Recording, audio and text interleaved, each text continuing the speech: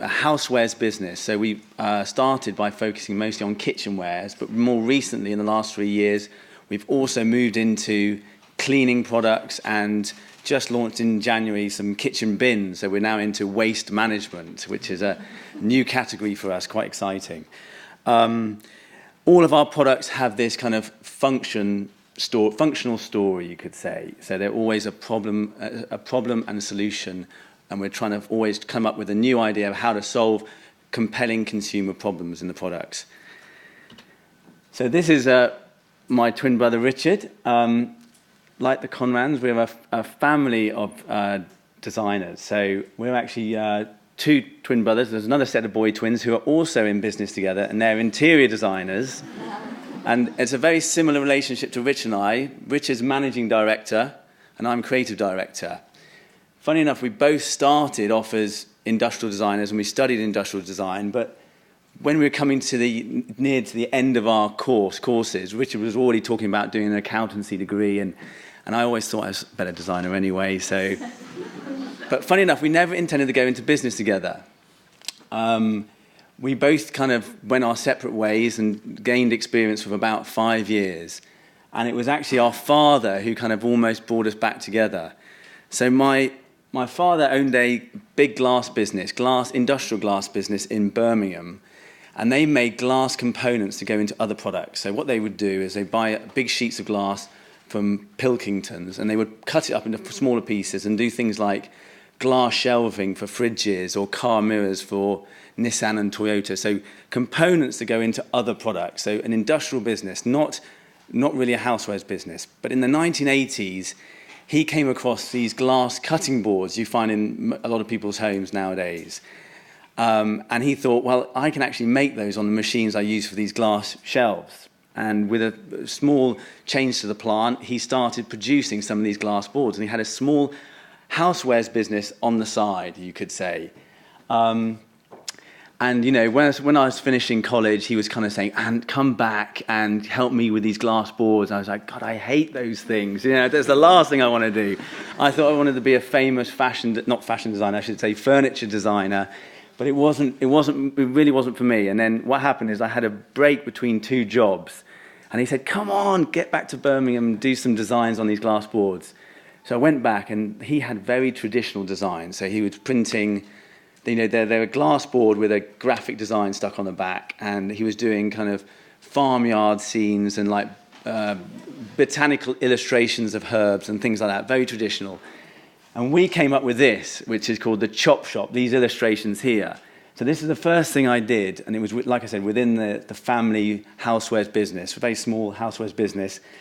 And we did these 4 designs that you can see here, avocados, peppers, eggs, and pears.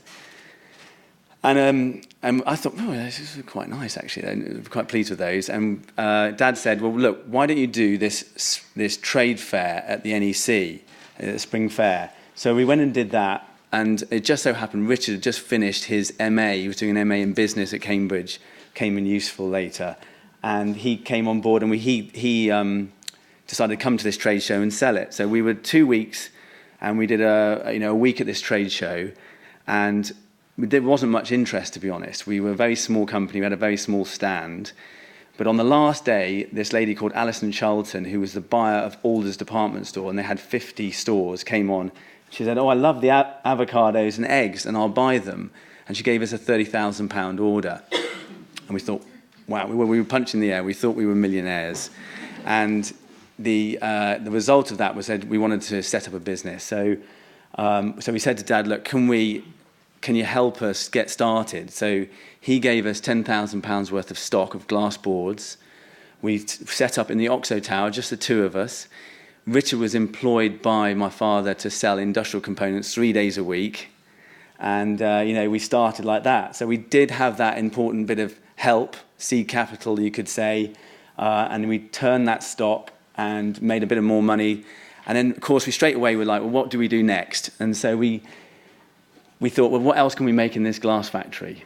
And we were buying these glass boards from our father's business, and we very quickly looked around the factory, and we said, let's stick some hands on a glass chopping board, and you've got a glass clock. And then we also said there was some bending, they could bend dishes as well, so we made these glass dishes. And we carried on like that for about 3 years. And to be honest, it wasn't hugely successful. The glass boards were selling well, but the clocks and dishes, well, it was up and down. And we had about 3 years of not really growing. Then the same lady who gave us the order gave us a very good bit of advice. She said, look, I can't buy your glass dishes. That's the clock buyer. I can't buy the I can't buy the clocks and I can't buy the glass dishes. I'm cook shop. If you do more chopping boards, I can buy those. Why don't you do some plastic and wooden chopping boards? It was obvious. Well, it's obvious now. So we've actually launched over 300 different types of chopping board into the market, and counting. We're constantly trying to look for new chopping boards. But this was really important for 3 reasons. This was a big turning point for us. This is when our business really turned a corner and started to grow. First of all, it's focus on one category. We wanted to be like the chopping board guys. That's all we're going to do. We didn't really think about anything else. Very quickly, we discontinued the clocks and we discontinued the dishes. And we launched 2 plastic chopping boards within the first year. One was Chop to Pot, that pink one at the top.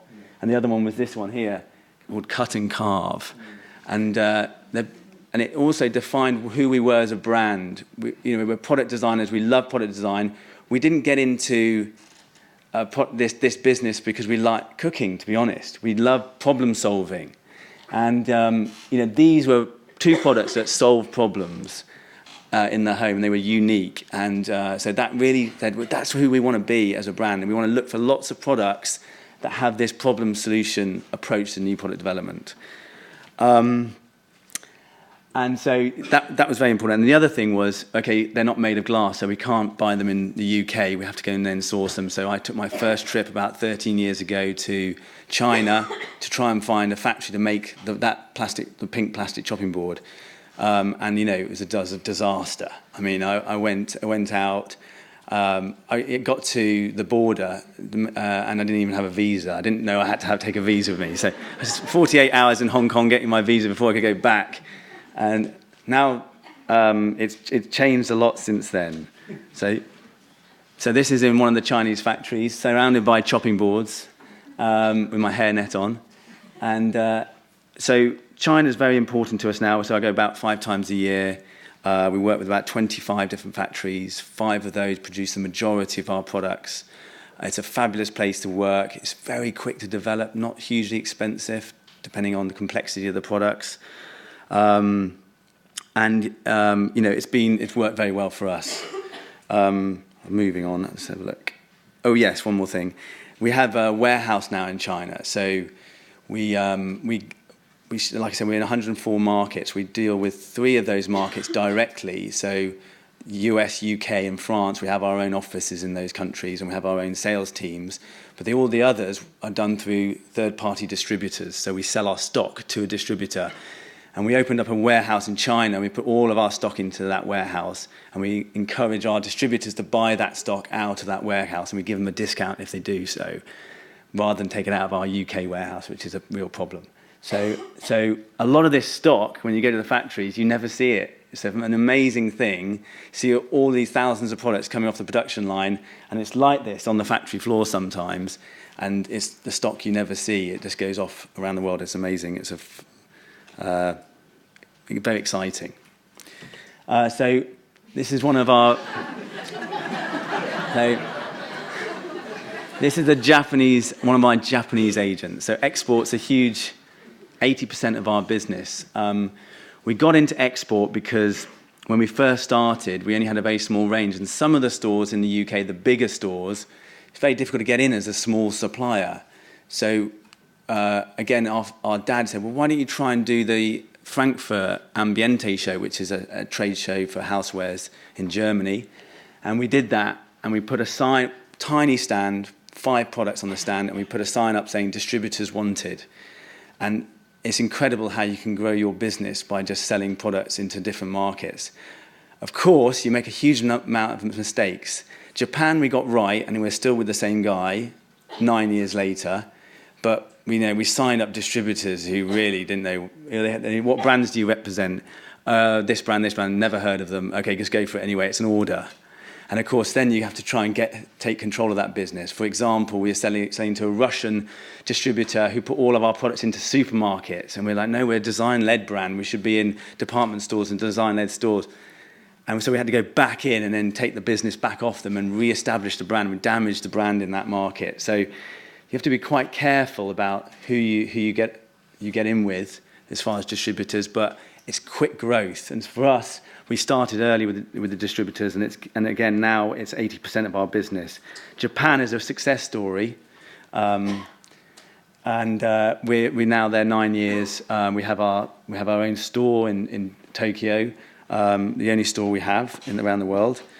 So this is took this from our brand book, our brand purpose: to identify everyday problems and solve them through intelligent design to create distinctive functional products that are a pleasure to own and use. And so I touched on that. So it's just this whole problem solving, the chop to pot, defined who we were. We wanted to do that again and again. And that's what we do now. So, and it doesn't necessarily have to be kitchenware. That was the other thing. It could be anything in the home.